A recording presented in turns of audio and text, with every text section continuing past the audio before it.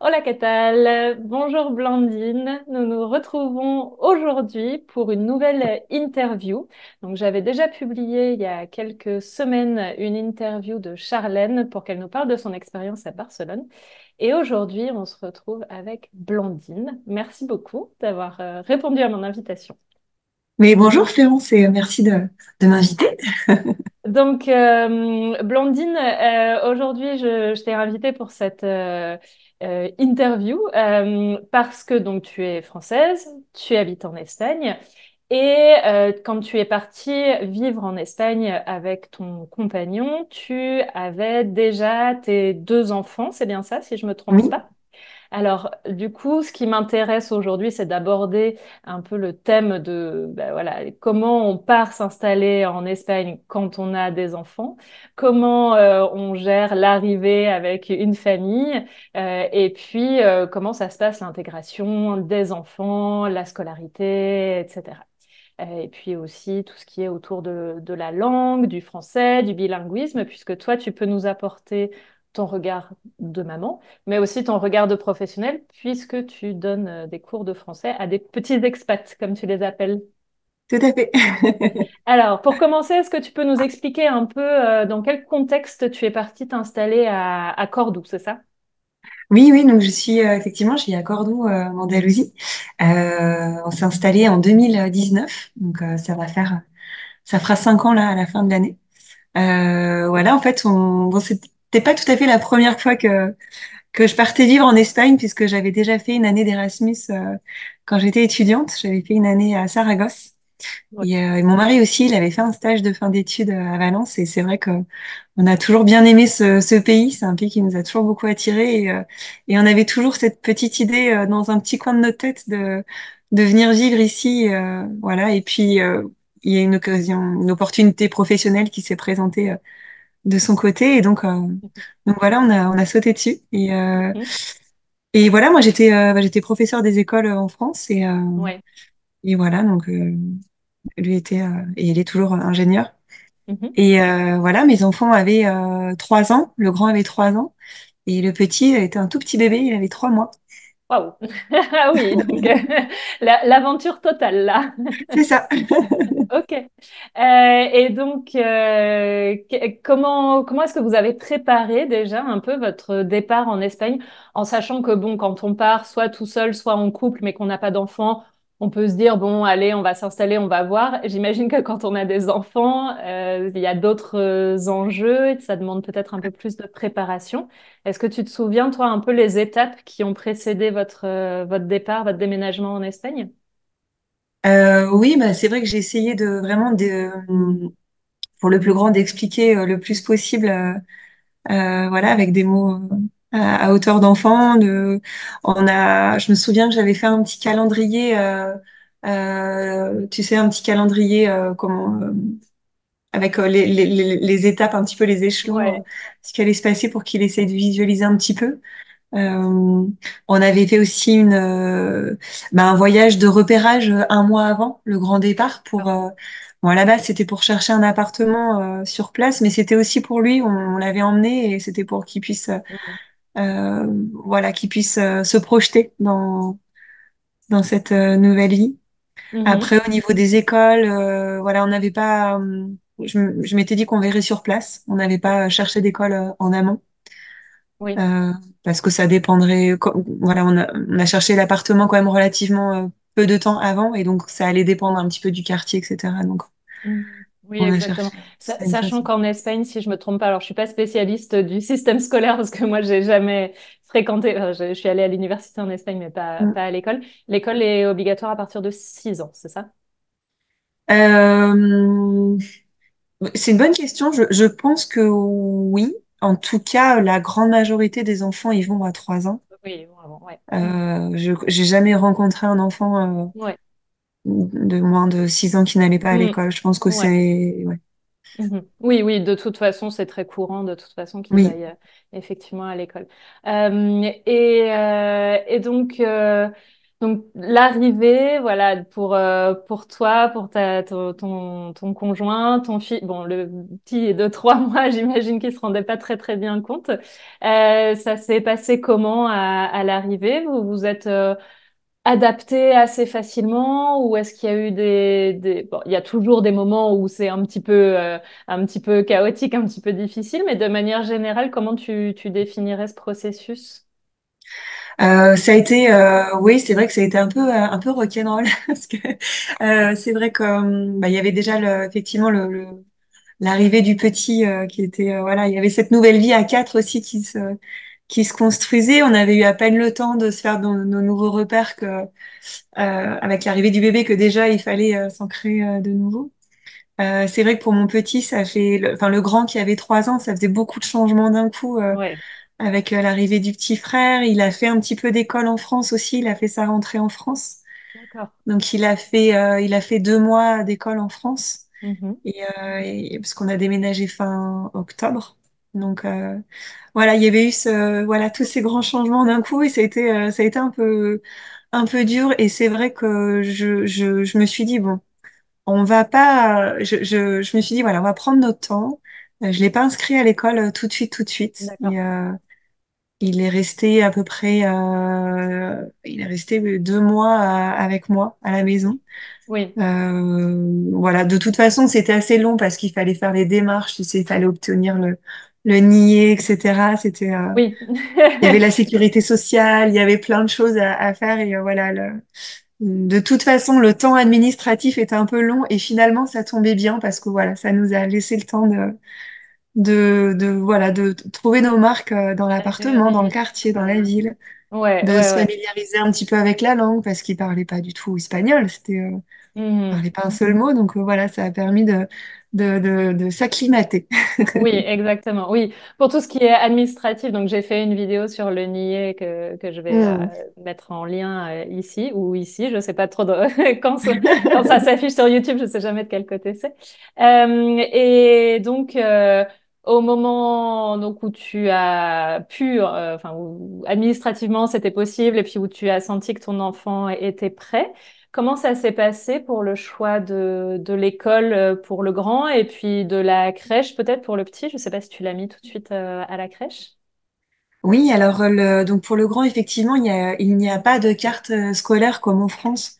Tu sais, en Mm. France, on te dit, tu vas à la Ouais, mairie, si tu habites dans telle rue, tu es ouais. rattaché dans telle école. Ici, c'est pas du tout comme ça. En fait, Mm. tu t'adresses à l'administration, ils vont te donner une liste d'écoles où il reste des places. En fait, ça fonctionne D'accord. par nombre de places. Et donc voilà, donc là où il reste de la place, tu choisis. Euh, Et ensuite, voilà, donc tu contactes l'école directement pour inscrire ton enfant. alors j'avais contacté la Junta de Andalucía, donc c'est un petit peu Mhm. la région, c'est Ouais, l'équivalent de la région, c'est eux qui gèrent d'accord. les écoles. Je crois que c'est toutes les écoles. Je crois que ça commence Ouais. dès les crèches même et jusqu'au lycée. Mhm. Si je me trompe pas, il me semble que c'est Ok. les régions qui gèrent. Et voilà, donc j'ai fait une préinscription, on va dire, dans cette administration et ensuite je l'ai finalisé dans l'école en question. Mhm. Et, euh, et voilà, ensuite j'ai rencontré sa maîtresse et puis voilà, c'est parti, il a commencé juste Allez hop. après. Et est-ce que il y a des choses, enfin bon, forcément il y a des différences entre l'école en France, l'école en Espagne. Est-ce que tu peux nous en parler un petit peu, peut-être des choses qui t'ont surprise au début, Ouais, en bien ou parfois peut-être en mal, où tu t'es dit ah oui ça marche comme ça ici. Parfois on peut avoir des petites ouais. surprises. Oui, c'est vrai que c'était très intéressant, surtout que j'avais aussi j'avais mon regard aussi de professeur des écoles Ouais, de France et c'est vrai il y a vraiment beaucoup de différences. Déjà, effectivement, le fait qu'il n'y ait pas de carte scolaire, en fait, j'ai l'impression que ça implique qu'en fait, il y a un nombre de places limité dans les classes. ouais, J'ai rarement vu plus de 25 enfants dans une classe. ok. Ce qui est bien, Mm. parce que enfin, moi, par exemple, j'ai déjà vu des classes de maternelle avec 32 enfants. Ouais, Ici, j'ai pas l'impression que ce soit d'accord. possible. Ouais, Donc c'est bien. Le rythme aussi, bah, il est très Ouais, différent. Donc pas les la même enfants ont école chose. tous les jours. Il n'y a pas Mm. de pause le mercredi, c'est tous les jours. Ouais. C'est de 9h à 14h. Ensuite, il y a la cantine. Donc je récupère mes enfants vers 15h, 15h, 16h généralement. Mhm. Ah oui, tes enfants, ils Euh, mangent à l'école? ouais, ouais, D'accord. ouais, ils mangent à la cantine. Mm. Il y a un petit repas le matin parce que quand ils mangent très tard, on apporte une petite le desayuno.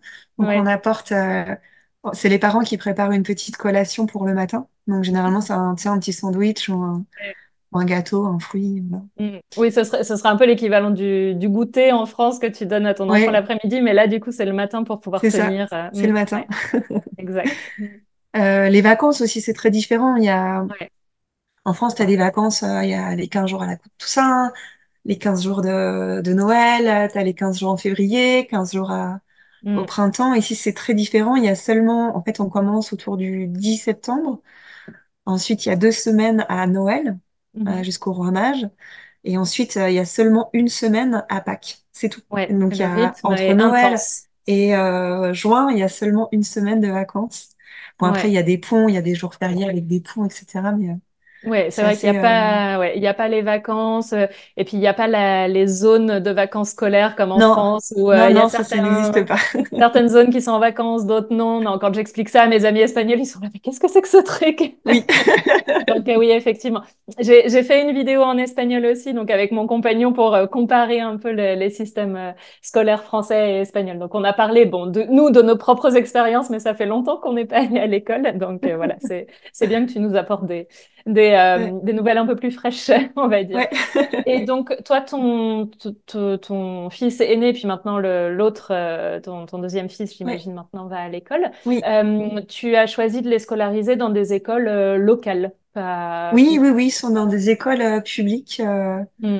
Voilà, c'est vrai que euh, au départ, ma première idée, si j'avais eu la possibilité, je pense que j'aurais aimé les inscrire dans une école française, un lycée français, mais c'est pas une très grosse ville et il y a pas de Ouais. lycée français, il y a pas ce genre de choses. Mhm. Et donc c'est vrai que j'ai un peu culpabilisé tu vois, de lâcher comme ça mes enfants dans une école enfin surtout le grand, où il parlait pas un seul mot Oui. d'espagnol. Et finalement, non, non, ils sont dans une petite école publique du quartier Mhm. et ça se passe Ouais, très bien. ça se passe très bien. Et donc, du coup, comment ça a fonctionné pour ton grand, donc, qui avait 3 ans, qui s'est retrouvé dans un environnement hispanophone sans parler un seul mot Ouais. d'espagnol? Écoute, ça s'est bien passé. Je pense que c'est vrai qu'il y a eu des... Si, si, il y a eu quelques jours, une ou deux fois, où vraiment il a pleuré pour y aller. Il voulait pas du tout y Ouais. aller au tout début. Donc c'était c'était difficile. Mais finalement, non, Finalement, ça s'est très bien passé. Il a commencé par dire des mots, après des petites phrases. Et puis après, voilà, là maintenant, il a 8 ans. Il est en équivalent de... Il est en fin de CE1. Voilà, il a des résultats, il a de très très bons résultats. Les maîtresses elles savent qu'on parle pas espagnol à la maison, elles sont toujours un petit peu étonnées. Mais comment ça se fait qu'il ait autant de bonnes notes Ouais. quand on sait que vous parlez pas un mot d'espagnol à la maison, c'est rigolo. Non, Oui. non, il est Bah, parfaitement intégré. ouais, de toute façon, à 3 ans, c'est un peu l'âge idéal en fait Oui, pour un enfant parce qu'il a un cerveau qui est encore hyper plastique. ouais, Toi, donc comme tu travailles avec des enfants qui ont un ou deux parents francophones mais qui habitent mm, dans un pays où on parle pas français, jusqu'à quel âge tu dirais qu'un enfant peut facilement acquérir l'espagnol? Enfin, là, on parle de l'espagnol, ça peut être une autre langue mm, quand on le met comme ça, bam, dans une école locale ouais. ou à partir enfin, jusqu'à quel âge tu dirais que c'est assez facile? C'est difficile à répondre parce que ça Mm. dépend vraiment de chaque enfant. Puis ouais, je manque d'exemples autour de moi comme ça, vraiment Ouais, sur l'espagnol, mais je pense qu'au niveau peut-être quand on commence vraiment l'adolescence, autour de 11 12 ans, ouais, c'est plus ça devient un compliqué. petit peu plus Mm. compliqué, ouais. Je pense qu'à partir de, ouais, après adolescence, Ouais, à partir de cet ça âge-là, il faut devient peut-être moins une petite évident. préparation avant, quelques Ouais, cours pour ouais. s'habituer, mais Mm, avant cet âge-là, on peut dire que globalement, il n'y a pas trop mm, de soucis à se faire mm, mm, pour l'adaptation linguistique des enfants, quoi. ouais, Et donc, vous parlez français à la maison. Et ouais. comment ça se passe? Tes enfants sont bilingues. Comment tu fais pour qu'ils continuent à parler, à comprendre le français? Oui, bah c'est vrai on est français tous les deux à la maison, donc Mm. ça aide beaucoup. Mm. Puis on a commencé voilà, on a toujours, enfin, ces 3 premières années de vie, on a commencé à lui parler en français, donc voilà, ça a toujours été la langue de la maison dès le départ. On s'est pas vraiment posé la question. Oui, C'est vrai que je pense que c'est plus compliqué quand l'un des conjoints est hispanophone, enfin l'espagnol, parce que tout de suite l'enfant il est moins exposé Mm. Oui, au forcément. français et mathématiquement, donc c'est toujours un petit peu plus compliqué. Non, non, ils répondent très bien en français. C'est vrai que c'est un petit peu difficile parce que des fois, tu sais, ils mélangent un peu. Ils vont faire des structures de phrases un peu hybrides avec des mots. Ils vont Oui, prendre oui, un mot espagnol, ils vont le franciser ou l'inverse, tu sais. Moi, je trouve ça trop, trop mignon. Un jour, je me souviens C'est mignon. un petit Espagnol qui avait vu, je sais plus où j'étais. Enfin bref, il y avait une histoire de matelas et il a dit à son parent francophone, «Oh, regarde un colchon!» Il y a un Parce que, cochon. parce que colchon en Et espagnol, oui. mais il avait compris que les mots en on en espagnol souvent finissent par on en Et ben français. Et voilà. moi, j'ai des exemples autour de moi d'amis qui sont en couple comme ça, Mm. mixte, et donc les enfants sont bilingues, Ouais, et ça m'impressionne toujours la capacité qu'ils ont, que ouais, les enfants ont alors, oui. à séparer les langues d'un côté, Ouais. mais même quand ils les mélangent, ça répond quand même à une certaine logique. Ouais, complètement, complètement. Ouais, ouais, c'est très subtil, hein, parfois le mélange. Des fois, Oui, ça va être vraiment un mot espagnol comme ça posé au milieu de la phrase, et des fois, c'est très subtil. oui. C'est une Mm. manière de conjuguer ou une manière de. Tu sais, mes enfants, par exemple, ils disent souvent le a, ils disent la préposition a devant une Oui. personne. Par Mm. exemple, j'ai vu a Léo dans la rue. Oui, parce qu'en espagnol, on rajoute cette Et ouais, préposition. Ouais, effectivement, ouais. Bon, ceci dit, nous, en tant qu'adultes, parfois, quand on parle de langue, on mélange. Moi, ça moi m'arrive aussi. parfois, quand je parle français, de me dire, attends, c'était quoi en français déjà? Oui, Donc, bon, forcément, quand on est immergé et que dans son cerveau, il y a deux langues, Mm. c'est forcément, il y a toujours des mélanges à un moment donné, hein. Ouais. Et ton petit, donc, qui a commencé sa vie en Espagne à 3 mois, Mm. lui aussi, il est bilingue, il maîtrise les deux langues. Oui, ouais, ouais, ouais, oui, il a vraiment. Alors lui, pour le coup, il a vraiment. Commencé à démarrer sa vie avec les deux langues. Il est allé à la crèche quand il avait à peu près 1 an. Mhm. Donc voilà, il a tout de suite. Oui, oui, lui, il parle les deux langues. C'est vrai que c'est bizarre finalement parce que je ne connais pas vraiment son niveau d'espagnol. Je l'entends peu parler en espagnol Ah parce oui? qu'avec nous, Ouais, il parle français. Donc c'est à travers voilà, c'est en discutant avec sa maîtresse que je connais un petit peu d'accord. son niveau et apparemment tout se passe bien. Ça va alors. Donc voilà, ouais, ouais, non, non, ils ont puis tu sais, ils ont l'accent andalou, hein. Ah ouais, ah, ça doit être rigolo ça. C'est vrai, j'avais pas pensé à ça. Donc, tu nous as parlé un peu des différences entre l'école en France, l'école en Espagne. Est-ce qu'il y a des choses que tu regrettes peut-être de la France, que tu trouvais qui étaient bien en France et que tu aurais bien aimé retrouver en Espagne à ce niveau-là? Par rapport au système scolaire. Ouais. Ou à l'enseignement en général? Euh, Pas tant que ça. En fait, ça dépend. Euh, C'est un bon signe. je trouve, enfin, c'est vrai que si, ce que je trouve, comment dire, on va dire les inconvénients, les reproches entre guillemets que Mm. je ferais au système scolaire ici, c'est que c'est un système un petit peu vieillot. Tu sais, Ok. il y a encore beaucoup ils sont très axés sur les notes, le Ouais. redoublement. Il y a beaucoup de devoirs. Mhm. Et c'est vrai que il y a pas, c'est-à-dire un enfant tu vois, un enfant qui carbure, qui a un bon niveau, qui est bien aidé à la maison. Pour lui, c'est bien, c'est parfait pour lui. Il va être vraiment stimulé. Je trouve qu'au niveau des contenus aussi, les programmes, ils sont. Quand je vois ce qu'ils font, par exemple en mathématiques en CE1, je me dis waouh. Ouais. euh, ou en anglais, c'est très exigeant, je trouve, les programmes. Mhm. Donc c'est vrai qu'un enfant qui a pas de difficulté, qui est aidé à la maison, c'est bien pour lui, mais c'est vrai qu'un enfant qui a, je sais pas si un enfant qui a un trouble dyslexique ou un enfant qui a un petit problème, Mhm. je sais pas trop comment, qu'est-ce qui est fait pour lui. J'ai pas Ouais. l'impression qu'il y ait beaucoup de dispositifs.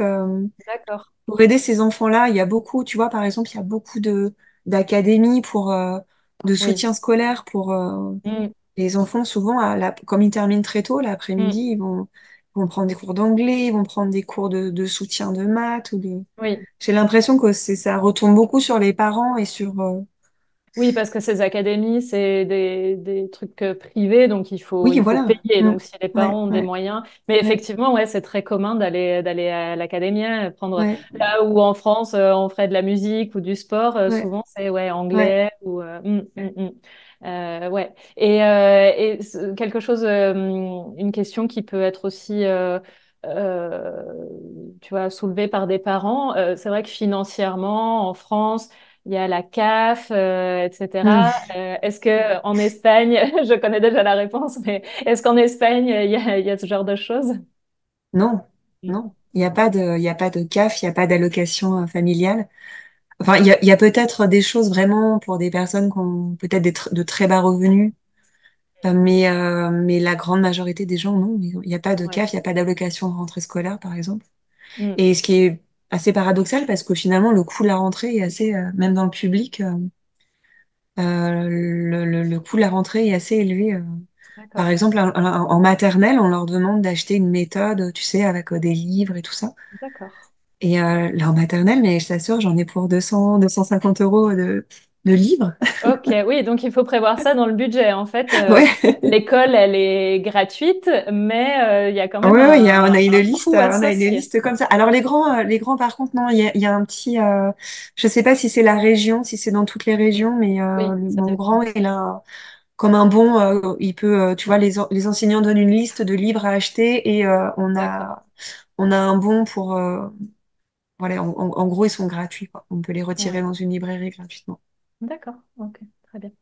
Oui, après, ça dépend peut-être des régions, parce qu'effectivement, comme Mm, l'Espagne, c'est un système de communauté mm, autonome, l'éducation, l'enseignement est oui, régi par chaque région. Donc, oui, il va pas forcément... Enfin, là, tout ce qu'on a dit, c'est commun à toute l'Espagne, mais il peut y mm, avoir des subtilités, des dispositifs oui. qui existent dans une région, mais pas dans l'autre. Mais bon, les allocations familiales, ça n'existe nulle part, en tout cas. Non, non, non, ça c'est non. C'est sûr. Non, non. Qu'est-ce que donc toi voilà vous parlez tous les deux français à la maison, tes enfants parlent français. Qu'est-ce que tu pourrais conseiller peut-être aux parents qui veulent s'installer en Espagne et qui ont un peu de crainte ou qui savent pas trop comment faire pour s'assurer que leurs enfants continuent à parler français? Mhm. C'est vrai que c'est un point vraiment important. Enfin, moi, je sais que ma première préoccupation, c'était l'apprentissage de l'espagnol. Oui, Comment ils vont faire, comment le grand va faire pour apprendre l'espagnol. Mais je ne me suis pas posé la question du maintien du français. Pour moi, c'était évident.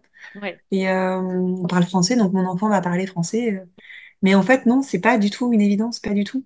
Et je pense qu'il faut vraiment, c'est vraiment quelque chose qu'il faut anticiper.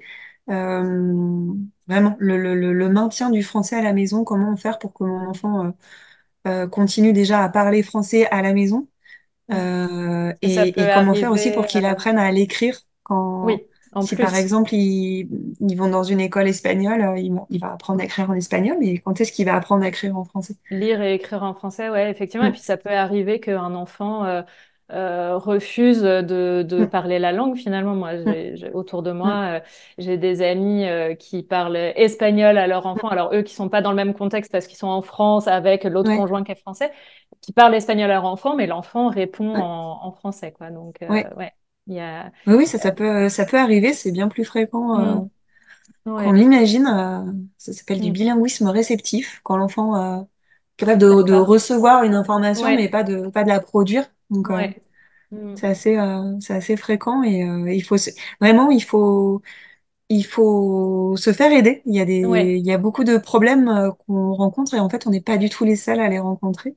et il y a Oui. des solutions, il y a des aides. Donc, ça peut être il y a des coachs, par exemple, en éducation bilingue qui vont travailler dans la famille pour aider Mm. justement à ces enfants, pour aider les parents à faire en sorte que leur enfant leur réponde dans leur langue. Mhm.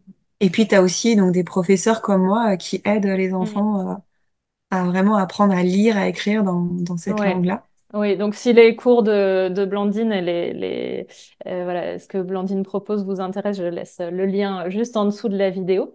Et pour terminer cette vidéo, si tu avais un conseil à donner à des familles qui envisagent de partir s'installer en Espagne, qu'est-ce que tu dirais? Bah, c'est un très bon choix déjà, c'est très bien. C'est vraiment c'est une très belle expérience et je pense que il faut pas hésiter à se faire accompagner. Mhm. C'est vrai que c'est pas parce qu'on faut pas s'imaginer que parce qu'on parle espagnol un petit peu, qu'on est venu en vacances ici une ou deux fois que ça va être facile. Vraiment, je pense qu'il faut vraiment ne pas hésiter à se faire accompagner, que ce soit avec des cours de langue Mhm. pour les adultes, pour les enfants aussi, Ouais. pour anticiper un petit peu le déménagement et aussi, je sais qu'il y a aussi des agences de relocation pour toute la Mhm. partie administrative parce que vraiment, l'administration ici, Oui, c'est on parle compliqué. On toujours. critique souvent la bureaucratie Ouais, française, mais exact. attendez de voir ici. Oui, oui, oui, en Espagne. Et puis en plus, quand tu arrives, tu te débrouilles pas forcément très bien dans la langue, donc ça Non. rajoute une barrière supplémentaire et ça peut vite Ah devenir oui, c'est un frustrant. langage à part entière. Exactement. Donc vraiment, se Et faire se accompagner, faire et accompagner, faire ouais. aider, Mm, vraiment. ouais. Et de manière générale, tu trouves que la vie de famille en Espagne, c'est différent de la vie de famille en France? C'est vrai que moi, je vois souvent que j'ai l'impression, en tout cas, que les enfants sont un peu plus libres en Espagne, qu'on les laisse beaucoup jouer, qu'ils sont aussi très intégrés à la vie des adultes. On va moins leur Oui, demander d'être tranquilles, de pas faire de bruit, de parler moins fort, parce que bon, oui. de manière générale, en Espagne, la notion du bruit est pas la même qu'en France. Mais souvent, j'ai l'impression qu'il y a plus de liberté pour les enfants en Espagne qu'en France. Je sais pas si c'est ton impression. C'est vrai que oui, c'est vrai que les enfants ont une place différente Mm. dans la société, je trouve ici. Enfin après, c'est mon ressenti. J'ai Ouais. vécu que dans une seule ville, mais tu vois, par exemple, on voit beaucoup en France. Je lisais beaucoup d'articles dernièrement sur, tu sais, il y a des restaurants qui veulent pas, qui acceptent pas les Mm. enfants, ou des hôtels qui acceptent pas Ouais. les enfants. Ici, mais jamais tu verrais Ouais. une chose pareille.